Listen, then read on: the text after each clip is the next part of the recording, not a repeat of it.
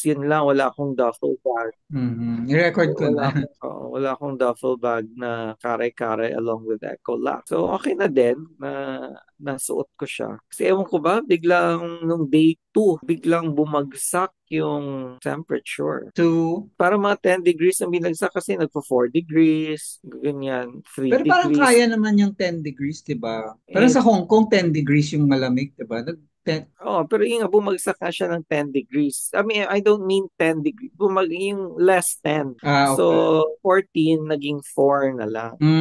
Okay. Hindi siya naging 10 degrees, but it decreased 10 degrees. So, minus. Ganyan. So, yun. Kaya napagamit ako nung ano. Ay, buti na lang Kaya nandiyan dyan. kami sa Trevi, gabi, di ba, yun na yung suot ko. Balot na ako. Kasi lumamig na, hindi na kaya yung black coat ni Nonoy Yung King. pang-forma, yung pang-K-pop.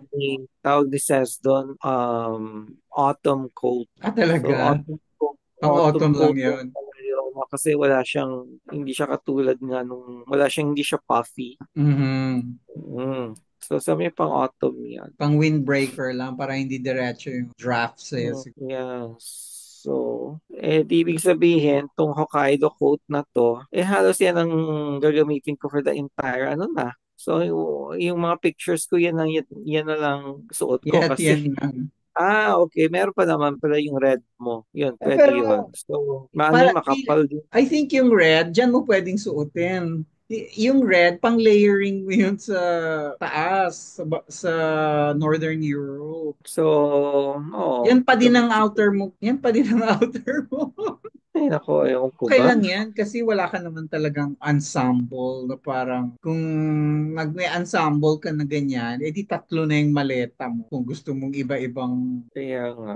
So, hindi na kami natuloy sa Piazza Navona. So, I just have to, something's gotta give. So, O bakit pero hindi okay naman. natuloy? Kasi nagstay ka na lang din sa gym. No, nag-stay ako sa yung Navona is after pa. So, doon nag-meet na kami ni Cez. Kaya ko siya minet sa Vatican after nung tour niya. Para nga pupunta kami ng Navona. Pero yun nga, sabi nga niya sumakit nga yung likod niya, di ba? So, parang wala na rin siyang energy. Tapos, yung Navona na yan, dapat lalakarin yung din namin. Sabi ko, well, kung ganyan masakit, kasi parang nag-iisip pa siya kung kakayanin o hindi. Sabi ko, Mhm. well, kung magde-decide tayo na pupunta ng Navona, hindi natin malalaki yung original plan na lalakarin natin to Navona, hindi natin magagawa. Di ba, sakit nga yung likod mo. So, kung mawawala yung pinahinga mo dito sa McDo, kasi ilalakad mo na naman. Medyo malayo-layo din. Yeah. 23 minutes. So, sabi ko, kung magnanavona tayo, magta-taxi talaga tayo. Ganyan. So, parang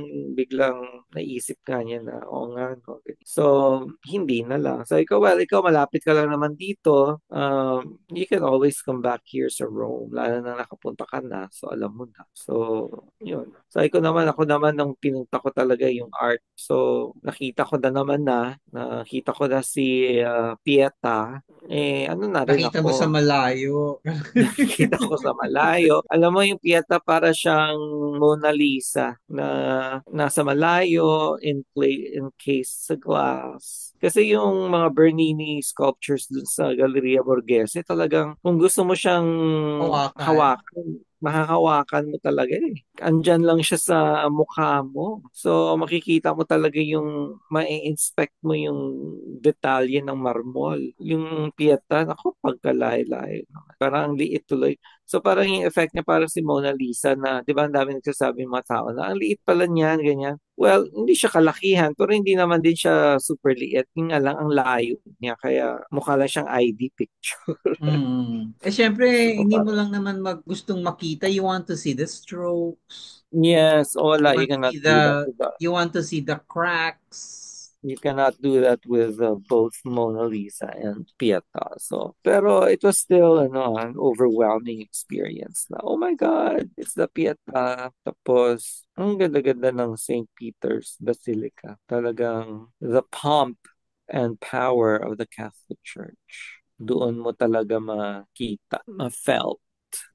Ma-felt. Mm. Ito gusto ko pa there. Alright. Maganda yan. Ah, in fairness maganda yung wood. Hindi mukhang luma. Ang Yung alin. bubong mo. Actually, hindi man siya luma. Kita ang brief mo. Yun, hindi siya, ay, hindi ba luma yung building nyo? Luma, pero yung yan, hindi siya luma.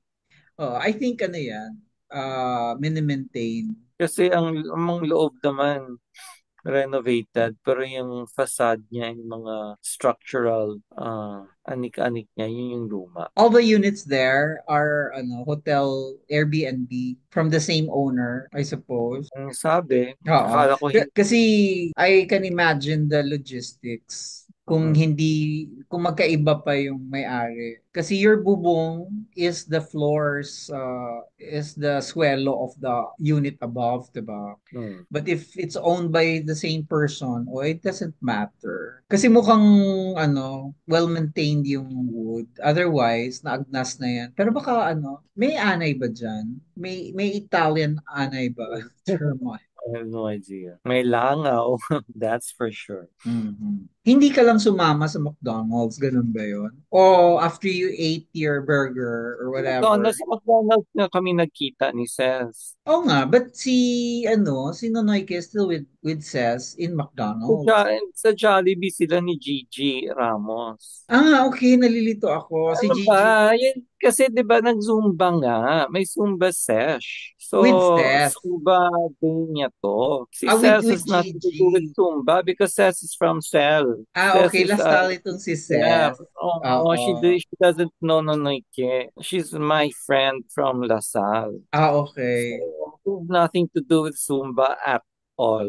Ah, okay. Yung minit ko sa McDo, si Ses, si Nonoy, sabi niya, nasa Jollibee sila ni Gigi Ramos. Ah, okay. Yes. I get it. So, gaano pa katagal ang Florence from there? 2 hours lang. High speed train. Parang hindi mo din nalibot ang Rome, no? Ng masyado. Hindi talaga. Actually, yung itinerary na pinicturan mo, ang dami doon hindi ko napuntahan. Kasi, Because, well, ang lamig din kasi parang hindi, ang hirap din. Actually, pag nasa hotel ka na parang ayaw mo nang lumabas. Kaya yung mhm, Trevi na yun, pinilit na lang namin kasi oh my God, we cannot be in Rome and and not see first time in Trevi. Rome and not see Trevi. Parang it just cannot be.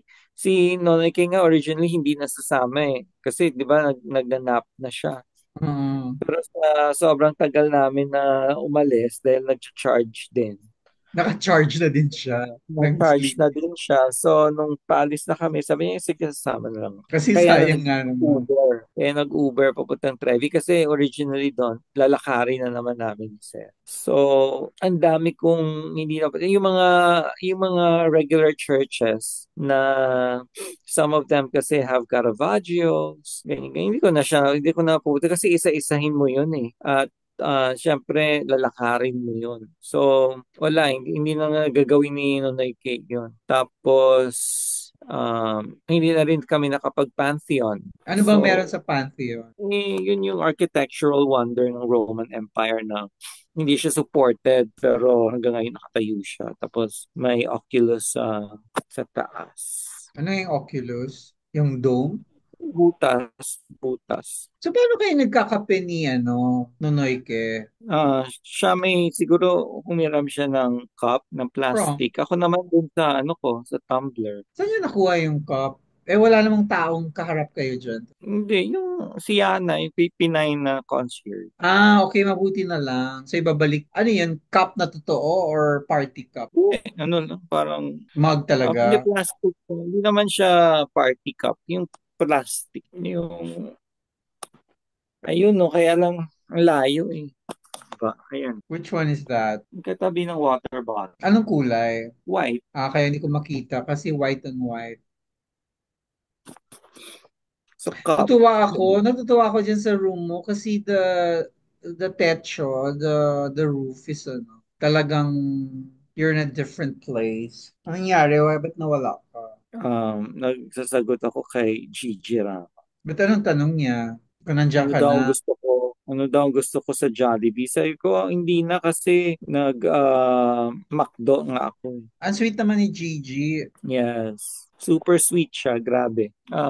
Nag-uumapaw ang kanyang sweetness. So, ang dami naming experiences. Like ngayon, today, kaya hindi na rin ako nakabalik sa Jotel after ng Basilica kasi nag-invite nga siya for lunch dun sa restaurant kung saan nagtatrabaho yung anak niya. So, maganda yung restaurant. Ang Hindi pangalan naman ng siya, hindi restaurant? naman siya super high-end pero medyo higher ng konti. La Sanzara. La Sanzara. So anyway, doon kami nag-lunch. Tapos after nung lunch,